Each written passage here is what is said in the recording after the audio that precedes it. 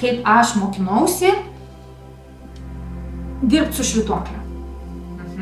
Aš mokinausi dirbti su švytuokle tokioje mokykloje ir pradžioj buvo liepta pradinis nusipirkti švytuoklę. Ir kaip nuėjau į tą parduotuvę, pirkti švytuoklę. Švytuoklė yra kaip Hario Poterio burtų lazdelė. Jinai su tavim kalba.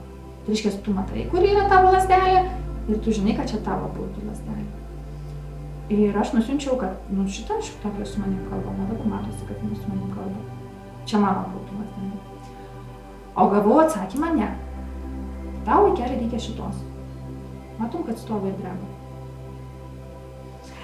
Tai aš nusipirkau, aišku, nes mokinys. Anksčiau buvo, mes klausom mokytojų. Ne? Mokinys klauso mokytojų. Mokinys nusipirka tą burtų lazdelę, kurią nurodo mokytojas. Švytuoklė stovi. 4 valandas gaunu pylos. Kaip aš nieko nemoku ir kaip aš viską blogai darau. Gale to mokytoja, nes aš ateinu su didelė apsauga. Tai reiškia, turiu didelį angelų lauką. Taip?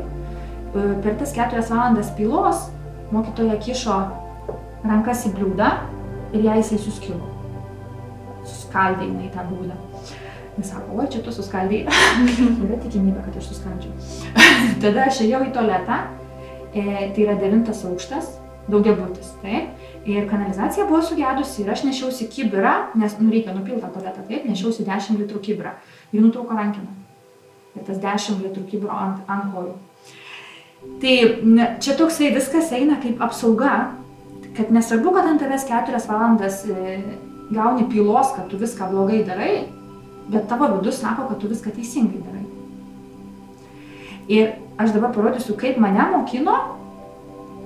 Aš atėjau su žinojimu, kad aš žinau, kad aš jau moku, nes mano lagaminėlyje jau yra informacija, kaip naudoti su švytuokle. Man reikia tik ją prisiminti.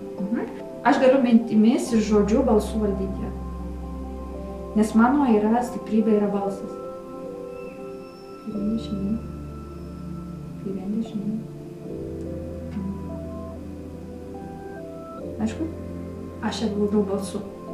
Aš buvau išmokyta ir ne. Aš turiu jos klausyti ir ką jinai man parodo yra tiesa. Taip, čia dauguma šitą žino. O dabar yra kitaip. Dabar yra situacija visai kitokia. Kodėl su manim kalbėjo šitą švytuoklę? Kas tai yra? Čia yra Merkaba. Merkaba yra tas pats, ką mes darėm ką tik meditacijoje. Mes lindom į burbulą, tai galim leisti ją.